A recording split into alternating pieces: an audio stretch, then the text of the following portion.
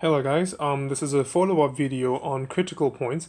We hadn't really stated the how to find them, and I think that's what this video session is going to be on, so it's also going to be quite short. So the y-intercept to begin with, we are going to find by making x equal to 0. I'm just going to have to put those in a different color so you can be able to see that.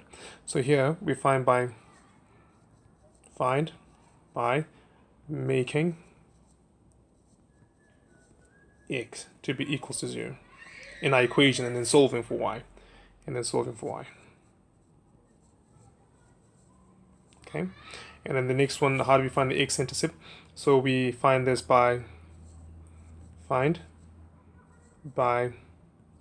making y equal to 0 and then solving for x, like that. And then turning points. How do we find the turning points? Usually your turning points will depend with whether you're given a there are two ways to be able to find your turning point. Usually you'll be given a line where there's cross the x-axis, okay, and you will use them to find the midpoint. So this gives you the x coordinate where this happens. This gives you the x coordinate for where this happens, okay. So you now need to find the y coordinate by inputting the x that you found from the midpoint back into the equation and then getting the y value, okay. So this is the usual method, okay, that you're going to be getting to be able to find that there. Usually, again, it's going to be applied for the minimums rather than the maximums. But you, just in case, you'll notice that is the same again with our minimum graph. Okay, we'll call this one A, call this one B. So this is going to be again the midpoint, okay, and we're going to use that to then say that this point is going to be M, and then we find the Y by substituting for the M value back into the equation. And that's how we find the points where the graph turns.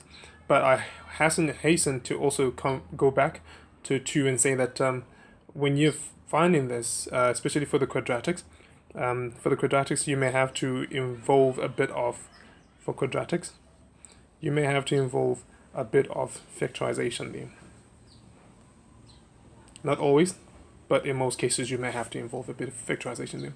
And then for line of asymptotes, usually these are found by saying that make the denominator function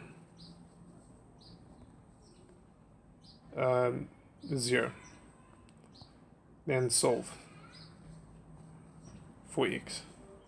So then solve for x or for y. This way you'll be able to get both asymptotes, which are either the x1 or the y1. Like this one is the x asymptote and this one is the y asymptote. Remember that we did state that the lines that are vertical do not cross the y-axis, so therefore we cannot solve for y, for example, and the lines that are horizontal they will never cross the x-axis, therefore we cannot solve for x. So the nature of those are going to be x equals to k or y equals to k. That's going to be the equations of the lines of asymptote. All right, and I hope this additional video kind of puts or sheds some light to what we did before. Wish you the best and good luck. Have a good day. Goodbye.